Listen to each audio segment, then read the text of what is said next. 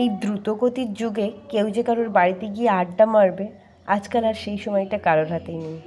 এনারা এসেছিলেন আমাদের বাড়ি দেখতে, আমাদের বাড়িটার প্যাটার্নটা ঠিক কেমন, কারণ কিছু দূরে এনাদেরও এই আমাদের মতোই জায়গা কেনা রয়েছে, তাই এসেছিলেন আমাদের বাড়িটা দেখতে। তো বাড়িটা দেখে গেট আপ খুব পছন্দ হয়েছিল। এসেছিলেন 10:30টায় আর গেছিলেন 12:30টায়। ওই দিন না সত্যি বলতে কোনো রান্নাই করে উঠতে পারিনি আমরা আর। ডাল, বেগুন ভাজা আর আলু ভাজা দিয়েই সারতে হয়েছিল লাঞ্চ। প্রণয়ের এখন ছুটি ছিল, তাই মেয়েকে নিয়ে নাচতে ব্যস্ত। আর এই যে আমার বরের বন্ধু মহাশয় অশোক আর আমার সোনাইয়ের কাকাই, বাপরে রান্নাতে এক্সপার্ট।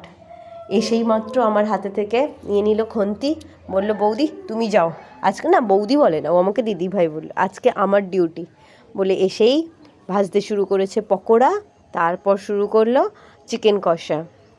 আর ওর ওয়াইফটা শুক্লা ভারী মিষ্টি মেয়ে, আমার তো খুবই ভালো লাগে ওকে। এসে একদম সন্ধেটা মাতিয়ে দিয়েছিল। আর সোনাটা তোর মামাকে পেয়ে ভীষণই খুশি হয়। আর কাকাইও আর কাকিয়াও ভীষণ মজা করছিল ওকে নিয়ে। সন্ধেটা দারুণ কেটেছে আমাদের কাল।